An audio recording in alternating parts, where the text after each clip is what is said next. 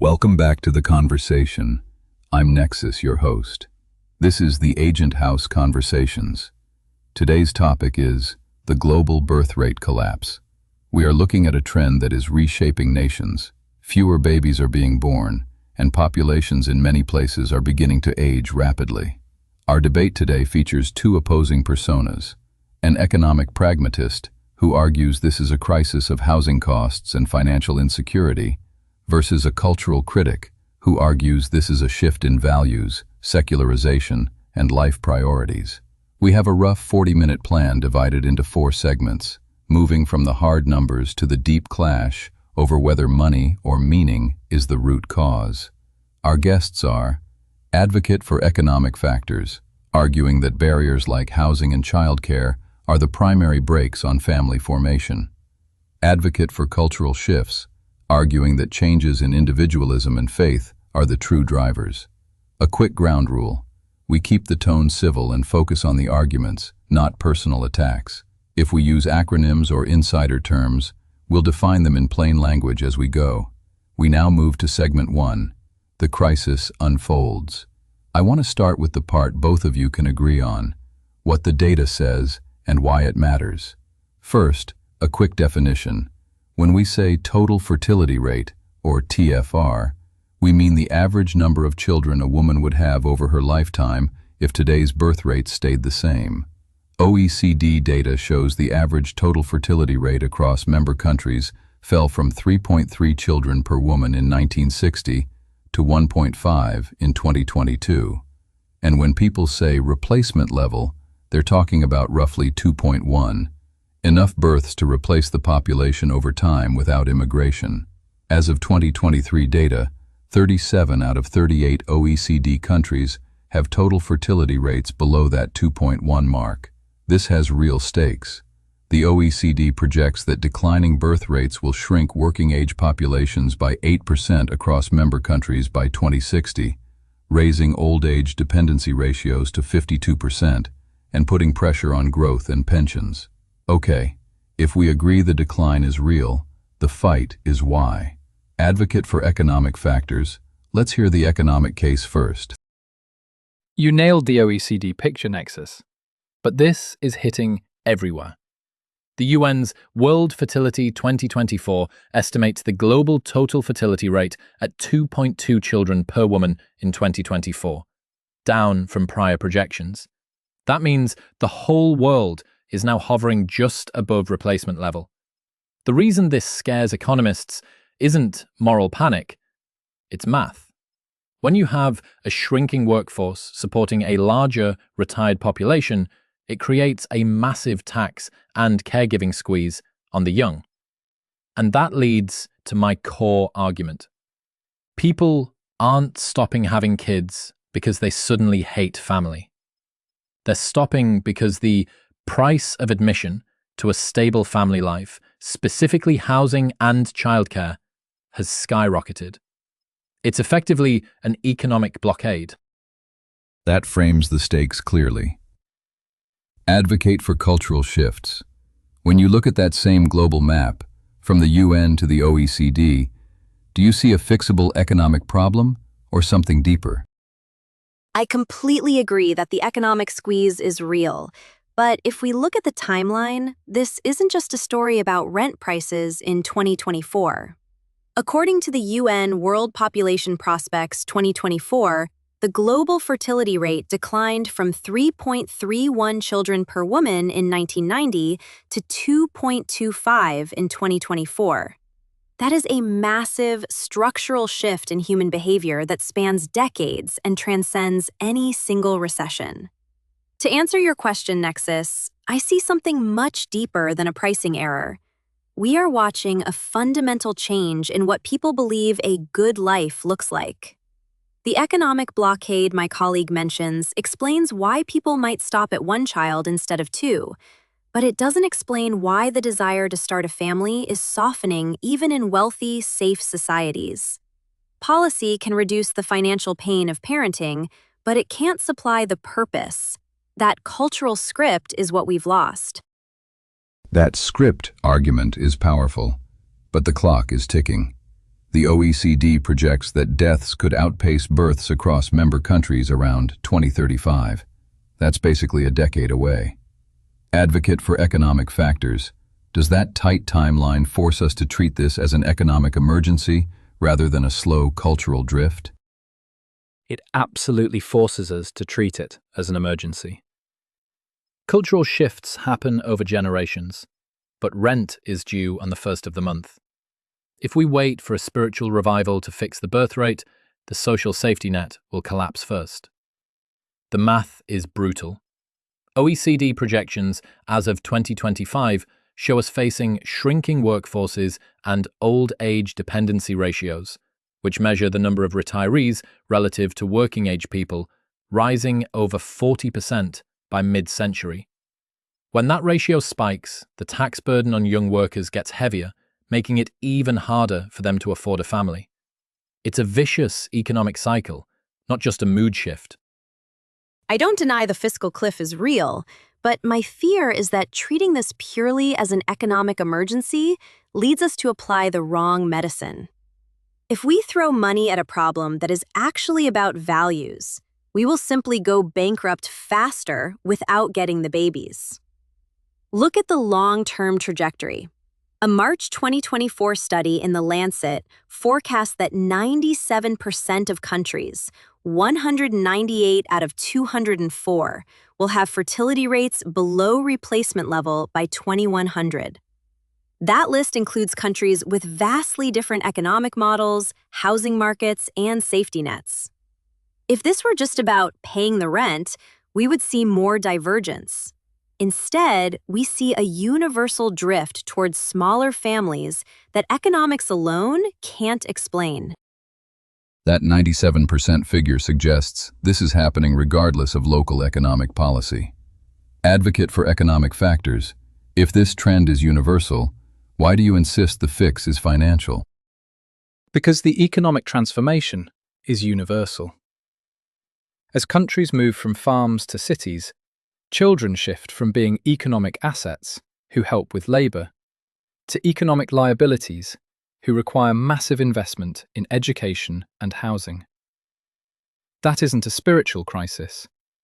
That is a change in the fundamental business model of family life. We aren't trying to reverse the last century of history. We're trying to stop the crash. The difference between a sustainable fertility rate of 1.7 and a catastrophic 1.0 is often whether young couples can afford a 3-bedroom apartment near good jobs. Universal trends set the slope, but economics determines if you hit the floor. You're describing children as liabilities, and strictly in financial terms, you're right. But that actually proves my point. If having a child is a guaranteed financial loss, no government subsidy will ever make it profitable. You only choose that path if you have a deep, non-economic reason to do so, like religious faith, legacy, or a sense of duty to the future. And the window to figure this out is closing. The UN's World Population Prospects 2024 now estimates there is an 80% probability that the global population will peak within this century. We are heading toward a peak and decline that money alone hasn't been able to stop. So, while I agree we need to hear the economic case, I suspect we'll find that even the richest places are struggling to buy their way out of this. We now move to segment 2, economic barriers. In this segment, we're testing whether the birth rate drop is primarily a cost of living story. Quick definitions. Total fertility rate is the average number of children a woman would have over her lifetime if current rates stayed the same. And when we ask for causal evidence, we mean studies that isolate cause and effect, not just two trends happening at once. Advocate for economic factors. Let's start with housing. Research from 1990 to 2006 shows a 10% increase in U.S. metro house prices, correlated with a 1% drop in birth rates among non-homeowners. Detling and Kearney, 2014. How should listeners interpret that? Does it sound like people can't afford kids? Or people delay kids until they buy? It's often both, but in practice, delay turns into fewer kids. If you wait 5 years to afford a home, you shrink the biological window for having a second or third child. That specific study highlights exactly who gets hit: non-homeowners. When the property ladder gets pulled up, those on the bottom rungs hit pause on their lives. This isn't just a US phenomenon either. Global evidence spanning 1870 to 2012 links a 10% increase in real house prices to 0.01 to 0.03 fewer births per woman. Well, that sounds small, but across millions of people, it confirms a basic reality. When the starter asset for family life gets expensive, people postpone the start. That postpone means fewer. Point is key. Advocate for cultural shifts. Even if that correlation is real, what's your best argument that housing isn't the main driver? What else is changing at the same time? I don't dispute that housing costs are brutal for young families, and that pressure absolutely forces people to delay. But the big question is, does that explain the whole persistent slide since 2007, or just a temporary squeeze? A 2022 analysis by economists Kearney and Levine found little evidence that economic factors beyond the Great Recession, social changes, or policy measures explain the decline in U.S. fertility rates since 2007. That suggests we aren't just looking at a wallet problem, we're looking at a fundamental shift in what people want their adult lives to look like, regardless of their bank balance. That Kearney and Levine finding is a direct challenge to the wallet theory. But let's look at a cost that acts like a second rent: childcare. A 2025 study by economist Abigail Dow finds that a 10% increase in U.S. childcare prices leads to a 5.7% drop in birth rates for women aged 20 to 44. Advocate for economic factors. Does that imply policy could actually reverse the trend? That childcare finding is crucial because it helps explain the gap my opponent mentioned. General economic trends might not explain everything, but when you isolate a specific, binding cost like childcare, which hits right when careers are fragile, the impact is undeniable. It acts like a massive tax on parenthood. And we see this same constraint removal effect in housing when we look at causal data. A 2024 Banco Central do Brasil study of housing credit lotteries found that winners aged 20 to 25 experienced a 32 to 33% increase in both the probability of having a child and the number of children. That isn't a culture shift. That is a direct response to resources. When you unlock the door to a stable home, young people walk through it. That Brazil study is fascinating because it isolates pure access. Advocate for cultural shifts. Does that kind of result move you at all? Or do you see it as a narrow effect that doesn't speak to the broader birth rate drop? I'm sure winning a housing lottery helps people start families sooner. That makes perfect sense. But if financial support were the main lever, then countries that essentially provide that winning lottery ticket to everyone via massive subsidies should be seeing a baby boom. Instead, we see the opposite. Despite generous family policies like extended paid parental leave and subsidized childcare, Finland's fertility rate was 1.25 and Norway's 1.44 as of 2024, both far below the 2.1 replacement level. That tells me economics changes the feasibility of kids, but it doesn't create the desire if the culture has shifted away from family life. I grant you that the Nordic numbers are a reality check. Subsidies aren't a magic wand that guarantees replacement fertility. But treating a rate of 1.25 as purely cultural ignores that even in generous systems, physical constraints remain. The key metric isn't just the birth rate, it's the gap between the family size people want and the one they get. Most young adults still say they want roughly 2 kids. When they stop at 1, they rarely say, "I lost my sense of purpose." They say, "We ran out of space," or "We ran out of time," before our fertility window closed. That's an infrastructure problem, not a crisis of faith.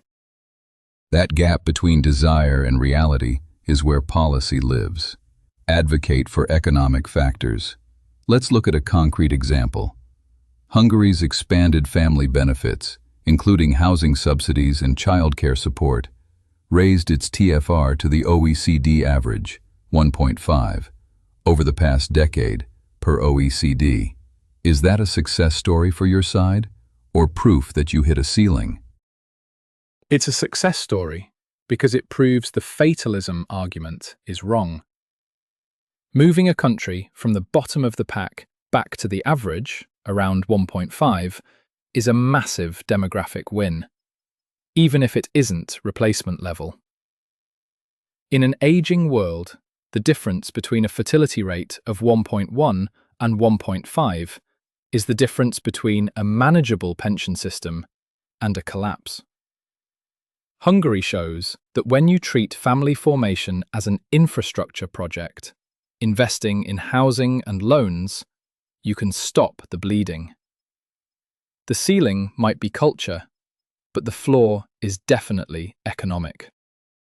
The floor is economic is a strong claim.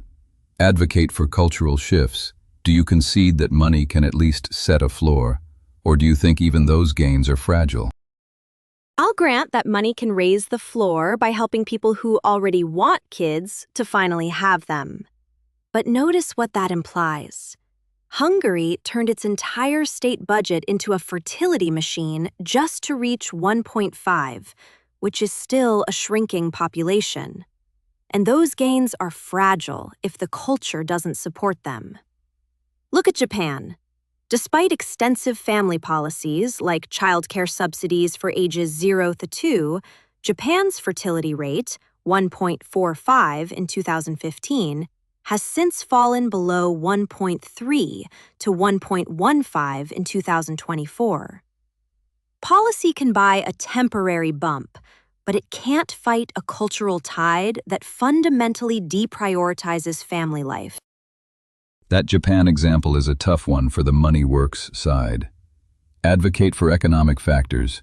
Before we wrap this segment, yes or no, if we made housing and childcare genuinely affordable, do you expect fertility to rebound meaningfully into the neighborhood of stable population replacement? To be honest, maybe not all the way to 2.1 overnight, but we would see a meaningful rebound, likely back to a level that prevents economic collapse. The difference between a fertility rate of 1.1 and 1.6 is existential for our pension systems and labour markets. Japan is actually a perfect example of why money alone isn't enough if you don't fix the structure. You can subsidize childcare, but if your work culture effectively bans parents from being home for dinner, the cash doesn't help. But for most countries, the immediate problem is that we've priced people out of their own life goals. If we stop treating children as a luxury good, we give families the freedom to say yes. We now move to segment 3, cultural shifts.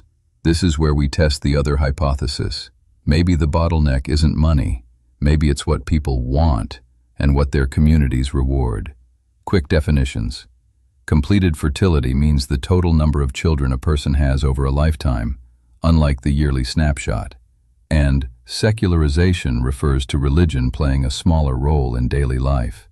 Advocate for cultural shifts. Make your case plain. What cultural shift do you think is doing the most damage to family formation? And what would we expect to observe if you're right? When I say culture, I don't mean art or manners. I mean the default script that tells us what a good life looks like. We've shifted from a script where adulthood means sacrifice and build for the next generation to one where it means maximize your own freedom and identity. Children are the ultimate commitment, so in a culture that prioritizes optionality, they naturally become the first thing people cut. We see this clearly in the data. Studies analyzing World Values Survey data find that higher religiosity, meaning how strongly someone identifies with and practices a faith, predicts more children on average per person across countries, even after controlling for income. That suggests that your beliefs about the purpose of life are just as predictive as your bank account. When you say religiosity predicts higher fertility, listeners might wonder how that works in practice. Studies find religious individuals have higher fertility rates than non-religious ones, even after accounting for economic factors. Advocate for cultural shifts. Name the mechanism. Is it marriage timing, contraception norms, or just community pressure? It's partly about norms, valuing marriage and seeing children as a blessing rather than a lifestyle project. But it's also about having a thick community. Religious groups often provide the social infrastructure that secular society has lost: meal trains for new parents, shared childcare, and a status system that actually honors the sacrifice of parenting. To see how powerful this is, look at Israel's Haredi ultra-Orthodox Jews. They sustain fertility rates of roughly 6.1 to 6.6 children per woman, 2019 to 2024 data, despite poverty rates of 33 to 44%. That proves that when a culture offers deep meaning and communal support, people will choose family even when the economic spreadsheet says don't. That Haredi example is the ultimate hard case for the economic view. Advocate for economic factors. What does your model do with a high poverty, high fertility group? If money is the master variable, why does that community exist? That example proves that strong community support can override poverty. I don't deny that. Haredi families have intense mutual aid and shared childcare that effectively de-risk parenting, even when cash is tight. But here is the catch. You can't scale that model to a whole diverse society without massive social pressure. For the 90% of people who don't live in tight-knit religious enclaves, that safety net is missing. When they face high rent or a massive daycare bill, they face it alone. For them, the economic spreadsheet isn't just a suggestion, it's a veto. We can learn from the support part, making parenting less lonely and expensive, without needing everyone to adopt a specific theology to make the math work. I agree we can't force theology, but I'm skeptical we can copy the benefits of a deep community without the shared values that build it. A government check doesn't create a meal train or a neighbor who watches your kids for free. Those things come from shared moral obligation. And we can see what happens when that moral obligation fades. Western Europe's fertility rates fell from over 2.5 in the early 1960s to below 1.5 as of 2023, tracking alongside secularization and declining religiosity. It wasn't just a rent hike that changed Europe, it was a redefinition of meaning. If we ignore that, we're just treating the symptoms. That trend line is stark, but advocate for cultural shifts. Tracking isn't proof of causation. If the economic situation improved dramatically, if we had a miraculous boom that lowered costs, do you expect culture-driven reluctance to vanish or only soften? It would only soften. If the cultural script says the ultimate goal is personal autonomy, then children, no matter how cheap, are still a cost to your freedom. Affordability buys you the option to start a family, but values determine whether you actually want to take that option. If we fixed housing tomorrow but kept the message that your life is about you, we'd still see fertility stay well below replacement because the trade-off isn't just financial, it's existential. That existential trade-off idea is provocative. Advocate for economic factors, yes or no?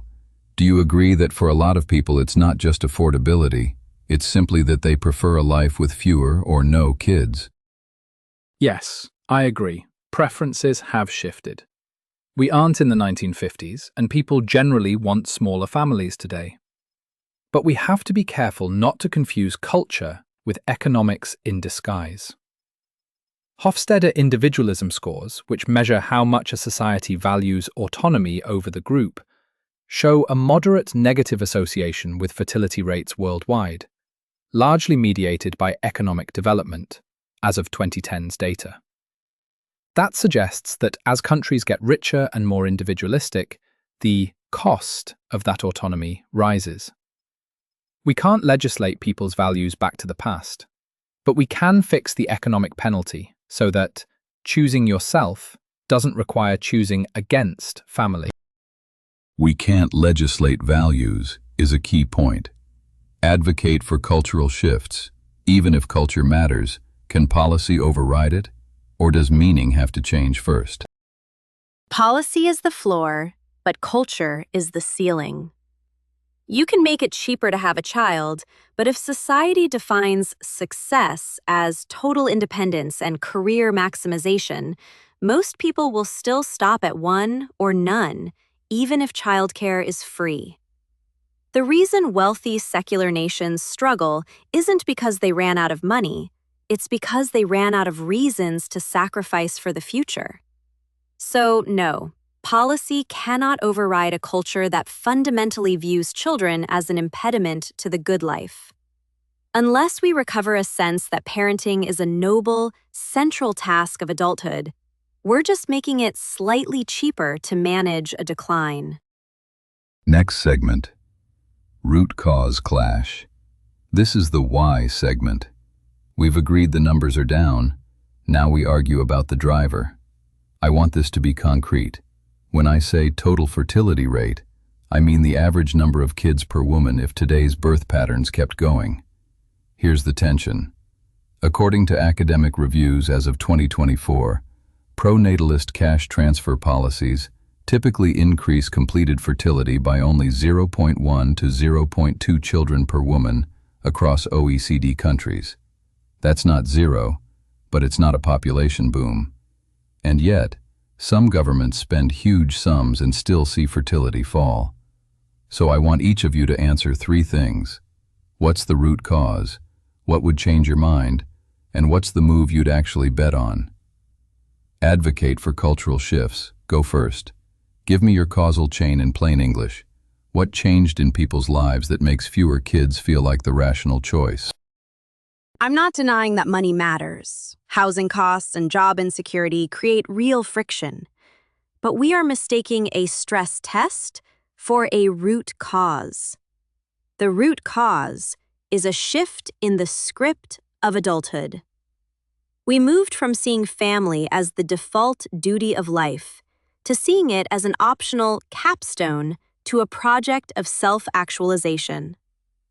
In this new script, a child isn't just expensive financially, they are expensive to your identity. They require a massive loss of freedom and optionality. That is why you see wealthy, high-spending nations still collapsing. For example, South Korea's total fertility rate fell to a record low of 0.72 in 2023. The world's lowest despite over $270 billion in financial incentives, Reuters Guardian. Money reduces the friction, but it doesn't supply the fuel. And right now, our culture is running on empty. Culture is running on empty is a bold claim. Advocate for economic factors. Here's your shot. Causal chain. What specific costs or risks are doing the most damage?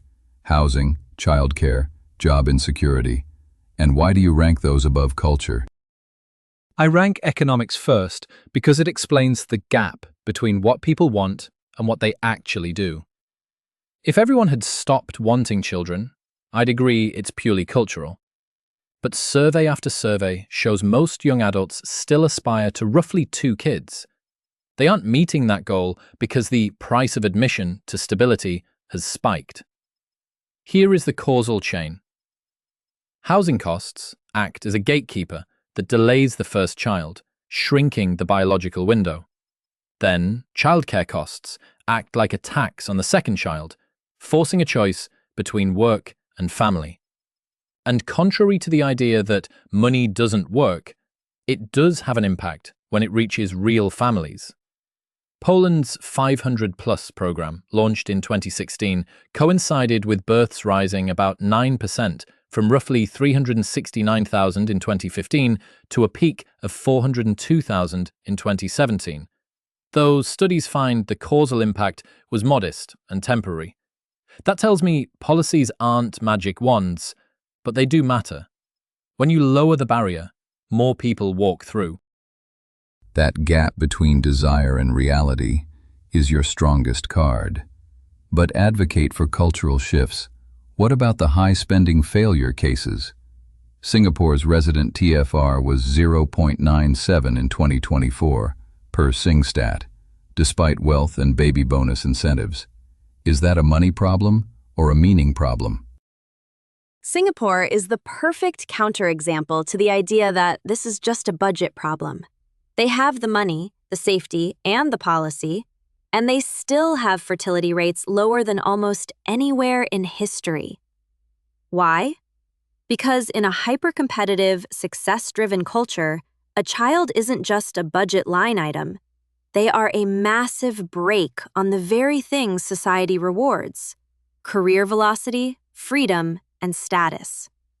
If the culture says you are what you achieve, then parenting feels like stepping off the treadmill. My opponent cites Poland's temporary bump, but the long-term trend in wealthy nations suggests you can buy a small rebound with cash, but you can't buy a replacement rate if the soul of the culture is focused elsewhere. You can't buy a replacement rate is a serious charge. Advocate for economic factors. Here's a reality check from the data. Projections and analyses indicate economic subsidies alone may not lift fertility above 1.5 in high-income nations by 2050, as cultural factors like individualism limit impact. If that's even partly true, what's the plan B that doesn't involve coercion? My plan B is recognizing that solving this doesn't mean returning to 1950s birth rates. It means stopping the crash. We have to be honest about the scale. Pronatalist cash transfer policies typically increase completed fertility by only 0.1 to 0.2 children per woman across OECD countries, as found in academic reviews as of 2024. That sounds small, but in demographics, the difference between a fertility rate of 1.2 and 1.4 is the difference between a manageable aging society and a system that breaks. If culture sets the ceiling, economics sets the floor. And right now, by letting housing and childcare costs run wild, we are letting that floor drop out from under millions of families. That distinction, economics sets the floor, culture sets the ceiling, is a useful bridge. Advocate for cultural shifts. If you could only change one thing to raise that ceiling, without government mandates, what specific cultural shift would you bet on? I'd bet on rebuilding the intermediate institutions, the communities that sit between the individual and the state. I'm talking about religious congregations, neighborhood networks, and extended family clans that normalize interdependence. We need to make parenting feel less lonely and more honored. Right now, parenting is often framed as a private hobby you do in your spare time.